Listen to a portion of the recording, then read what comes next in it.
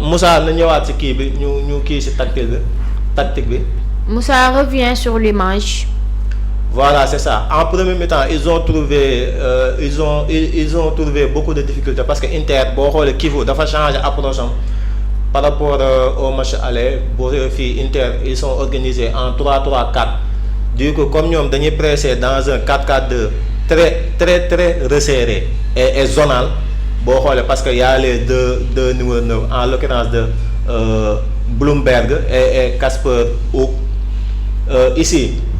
Mais li gën a grave xoolal compacité seen 4-4-2 bi li gën a grave mooy y a 2 pointes hautes Jans Peters Hauge mooy le numéro 10 c'est la star de l'équipe pour moi demoon na fi Milan après mu ñëw Eintracht Francfort. Finalement mu ñibbisi ak kii Hakon Efjen mooy le numéro 25 qui est là-bas ñoom ñooy ñaari pointes hautes ñaari numéro 6 ci ginnaaw ñooy Patrick Berg le capitaine le numéro 7. Et aussi. Darmstadt fait donte fait la ñuy bind mais ñoom le T est muet. Fait mooy ñaari milieu défensif donc c'est un 4-4-2 très resserré parce que boo xoolee ñoom sans ballon ils sont organisés comme ça ñaari numéro 9 dañuy presser centraux yi comme ça ñaari numéro 10 pointe haute bi en l'occurrence numéro 10 bi moom joué excentré de sans ballon milieu terrain lay joué bu ñu yorul bal day former ci milieu terrain bi donc mu doon 4 milieu terrain mais bu ñu yoree bal Bodo moom day def office d'attaquant.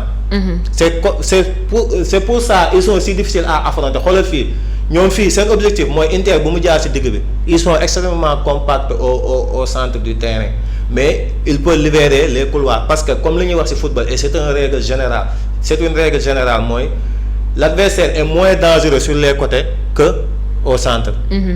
Parce que centre benn passe ngay def éliminer 3 jours alors que côté bi mënoo loolu. côté bi loo boo defee passe mën na transférer kenn mais kenn di nga fa fekk mais centre boo defee passe bu ko see à ligne mën nga les lignes mën nga romb 4 jours ci benn passe transférer léegi gis nga nii lañ taxawee sans ballon Moussa avance. Moussa l'autre image.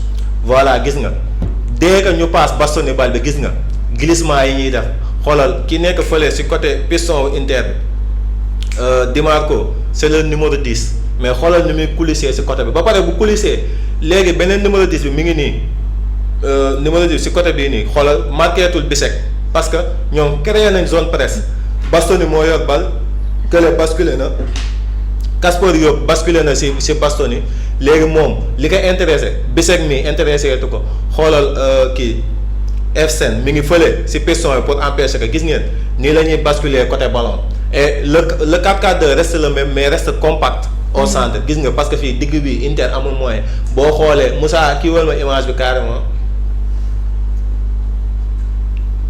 boo xoolee le milieu défensif Inter ici en construction c'est Pietro Zielinski c'est le numéro 7 mais mënuñu koo passe balle à cause du numéro 9.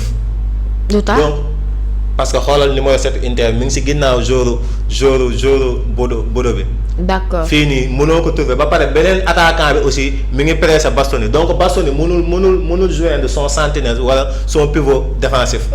Donc l'objectif c'est de bloquer l'accès central à l'Inter. Et pour moi loolu posé na beaucoup de problèmes à l'Inter parce que Inter ay piston la ñuy jouer. Et bu fekkoon am nañ ay pur ailier mën nañ song créer passement de jambes dribbler pour créer du temps mais comme Inter ay piston la ñuy jouer. Pourtant lii nag ñoom ils ont fermé les ailes. Exactement parce que ils ont fait des dédoublements sur les côtés. Exactement. Parce que boo gisee ñuy def nii parce que Bloomberg est beaucoup plus remuant que Hoek sur le côté du pressing. Exactement moo tax bu ñu yorulee ballon dañuy basculer. Bloomberg day dem tafu. Hoek le danois. ñëw nekk ci wetam. Exactement bu ñu pertee bal bi glissement day am Hoek day dem dugg deuxième attaquant Bloomberg. ñëw fermer milieu bi. Donc sur les côtés. dafa am ay dédoublement. Donc ñooñu c'est des excentrés.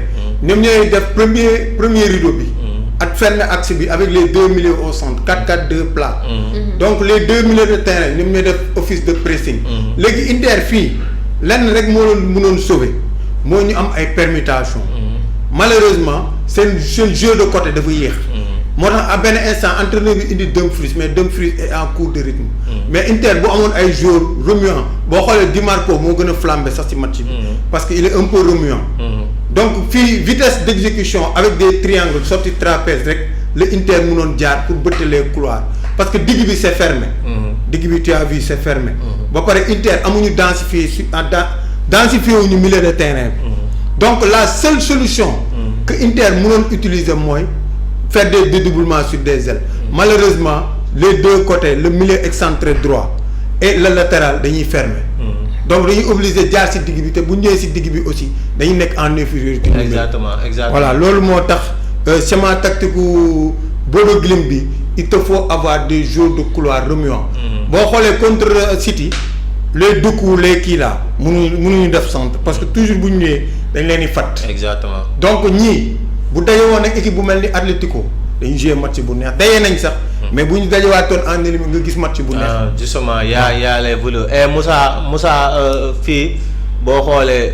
comme situation bi côté droit la concerné. gis nga Bloomberg day dem ci Bastoni carrément côté bee nii FIN basculer ci Marco bu fekkoon dañoo passe Akanji da ngay gis Kasper Diop moom tamit day ñëw ci Akanji. day ñëw wàññi. Bloomberg basculer. basculer ñëw ci milieu bi wàññi le travail de basculement. mais entre Bloomberg avancé Moussa c'est l'ordre de la perte de balle.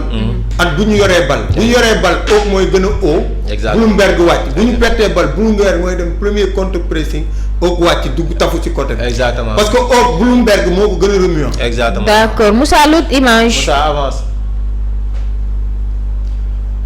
voilà gis nga c'est ça c'est une vidéo Moussa arrière tuuti Moussa arrière tuuti. Moussa je ne vois pas bien nag loolu mooy par lampe bi moom jeune. voilà gis nga fii en phase de pression ils sont voilà le 4-4-2 ici est plus fii la ngay gën a xamee gis nga pourtant accepté nañ ñu passe kiiwu Atlético bi. mais bu duggee ci couloir yi rek c'est le pressing bi di commencer. voilà c'est ça fii la ñuy commencer def trap bi quoi lii lañ naan trap. boo duggee ci côté yi rek commencer nañ pressing bi gis nga. Kasper Diop gis nga ni muy kiiwee. gis nga le 4-4-2 est là. gis nga bu conservé léegi moom xoolal le milieu excentré là-bas bàyyi na couloir am côté parce que fële ne côté gauche créé nañ zone moom amul danger voilà bali mënatul dem foofu gis nga ni ñuy basculer c'est une équipe compacte et indivisible ba pare bu ñu récupérer bal gis nga benn côté dañ fay fexe ëpp ba pare dañuy pivoter voilà selon position ballon bi exactement donc ça c'est boo defee handball loolu la ñuy wax basculement vers les côtés exactement donc l'équipe bascule les côtés selon l'utilisation du ballon exactement voilà c'est ça gis nga Moussa arrière la vidéo bi tuuti lii défense handball comme en voilà c'est ça voilà c'est ça gis nga l'équipe est compacte maanaam lii da leen di permettre ñoom ñu presser mais non seulement ñu contre presser ba pare bu ñu récupérer balle distance du gudd distance du gudd pour ñu joxante balle parce que ils sont compacts ils voyagent ensemble te toujours ñoom ñooy am supériorité exact toujours ils sont surtout au centre parce que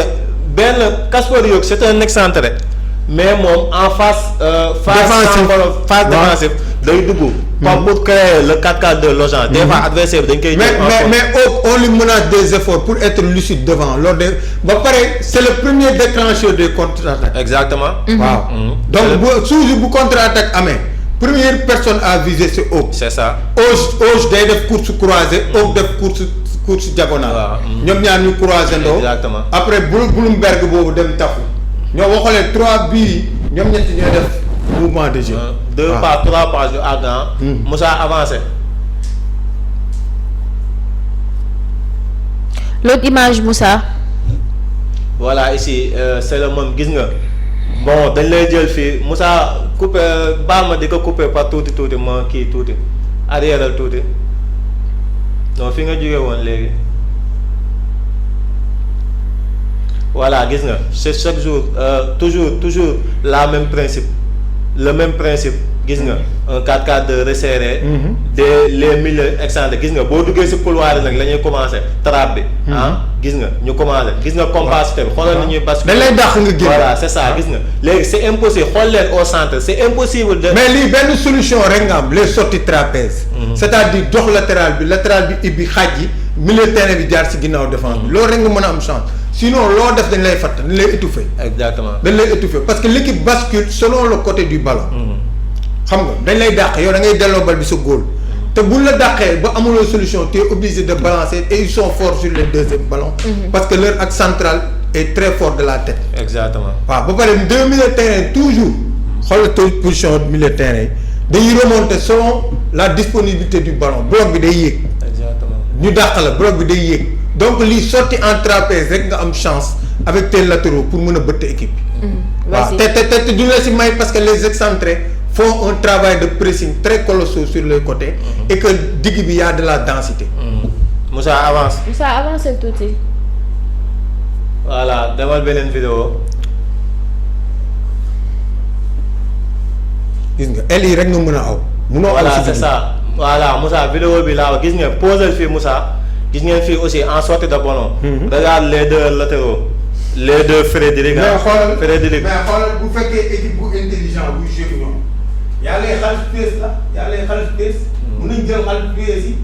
jouer ballon jouer fii bal jouer génne def croisement attaquant yi ñëw décrocher ñëw xëcc défense bi gars yi génn. donc y a des solutions de. exactement peut-être yenn équipe yi ngay dayanteel amaguñu repère pour loolu mais y a des espaces sur les xaalis pièce. exactement gis nga fii en phase de sortie de ballon ils sont en 2-3-5 les deux centraux derrière. les deux latéraux gis nga dañuy wàññi duñ nekk si ligne bi mais dañuy dugg si demi espace en l'occurrence. waaw non demi espace yi ñu ngi feeñ. Frédéric Cheval latéral droit et Frédéric Yorkan latéral gauche. mais fii boo xoolee digg bi Patrick Berg le sentinelle moo nekk ni seen diggante ñu formé en 2-3-5. donc c'est une équipe dañ naan défensive mais en phase offensive ils sont ultra agressifs xoolal les deux milieux offensifs moom lañ bind A ak M nii. mooy attaquer midfield. ñoom ñaar gis ngeen ni ñuy changer position. gis naa c'est interchangeabilité maanaam ñoom ñaar da leen jox liberté sur le terrain. donc ils sont neexuñoo jël marquage individuel parce que dañoo libre fu ne la ñuy daw. waaw mais ñii boo leen jëlee man to man mën nañu am problème. exact mais xoolal ils bougent mooy Jens Peters Hauge ak F. voilà c'est ça gis ngeen latéraux yi xoolal latéral droit bi en l'occurrence de Frédéric Cheval. gis nga il est presque dans le demi espace. donc c'est une équipe ultra baal Moussa mu dem voilà baal mu dem gis ngeen li leen naan Diamond Shape gis nga ils sont prêts gis nga le milieu défensif comment il se déplace en l'occurrence de Patrick Berg gis nga comment il kii ba pare heure bu demee fee da koy xaar. des fois fee dem Berg xaar ko. donc c'est une équipe ultra. ba pare ils sont très forts sur le deuxième ballon. lii moo indi but bi. Moussa arrière ko tuuti. Moussa arrière. voilà baal mu dem gis nga comment il libère l'espace voilà gis nga.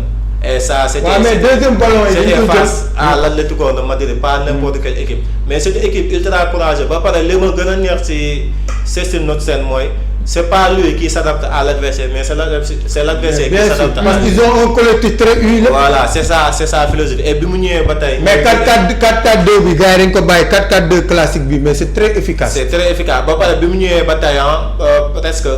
bon jël na 4 championnats à lui tout seul et avant moo ñëw ci club bi di jël club bi. club bi amul woon benn championnat c'était 0. mu ñëw jël ko 2020 jël ko 2021 2022 Molde ñëw jël ko mu jël deuxième place 2023 mu jëlaat. bés bu ñu tiragé ba am adversaire naa la wax nag kooku da leen di gagné wala du leen gagné. exactement Moussa avancé. non déggoo ma dama ne. bu ñu tiragé ba ma xam seen adversaire dinaa la wax nag kooku da leen di gagné wala du leen gagné. Moussa l'autre image. voilà gis nga fii Moussa pose ko tuuti gis nga fii tamit travail bi mu def gis nga dafa jógee su couloir gauche am fii xoolal ni muy décalé di ñëw. gis nga fii jël nañ adversaire en losange donc fii créé nañ supériorité au centre. gis nga jël nañ ko en losange bi des fois mu transformé wu doon triangle loolu lañ naan Diamond Shape. dañuy jël adversaire dañuy taxawee sous forme de diamant. parce que 4-4-2 losange les particularités mooy militaires yi ils sont alignés. mais bii du losange de ñoom seen boss. sur des positions différentes non dañuy def losange dañuy def forme de diamant. moom mooy li may wax c'est un 4-4-2 boo xam ne qui se déforme. selon waaw le match. mais ñoom en cas de perte de balle 4-4-2 bi day nekk plat. ook de ñaari kii excentré ak 2 attaquants yi ak 2 milieux type.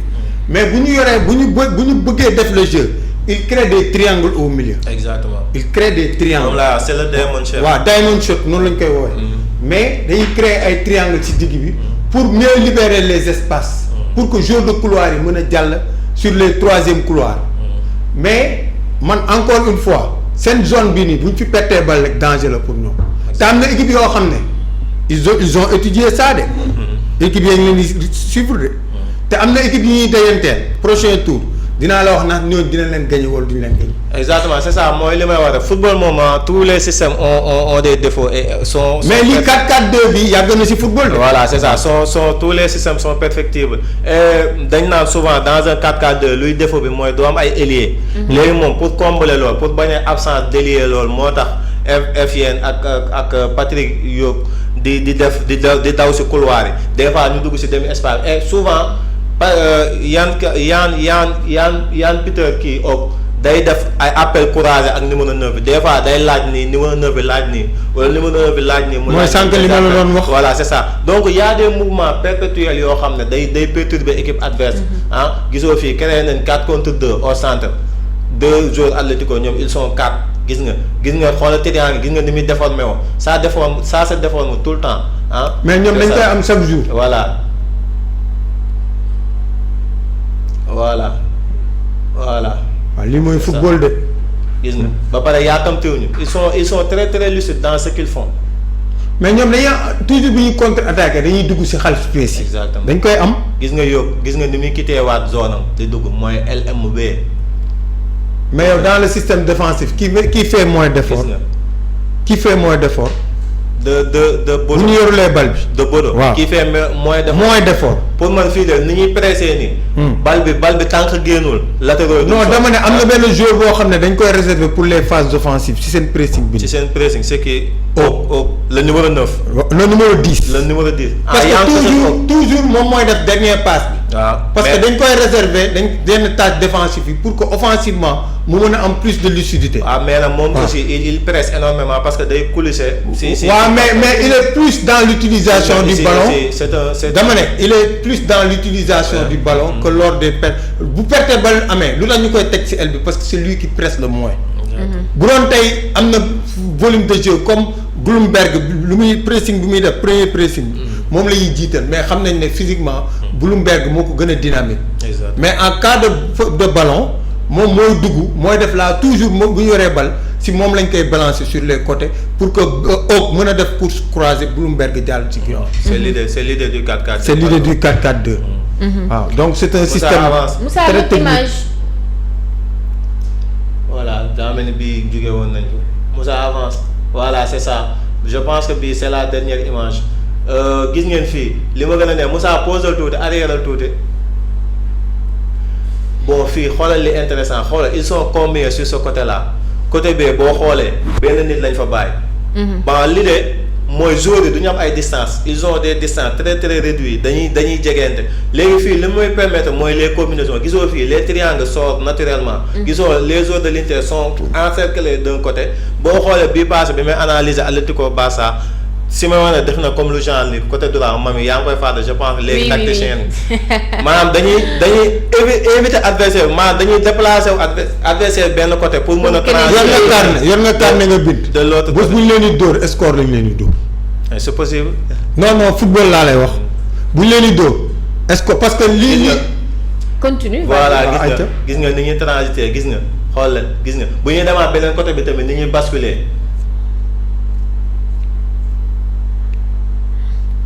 voilà gis nga et ça c'était face à l'Inter à l'extérieur mais ils jouent à l'aise ils sont à l'aise solution day am parce que les distances sont courtes maanaam joueurs yi s'orienté wuñu donc ñu gisante day nekk lu facile gis nga. mais li collectif yi la rek. voilà c'est ça. les joueurs se comprennent ba pare ñi boo leen xoolee xam ne yàgg nañ football seen biir. bii yooyu nii bii la. très non du but. ils sont très ok dama yaakaar ne bal bi ñuy. voilà c'est ça en quelque sorte le Bodo Glimt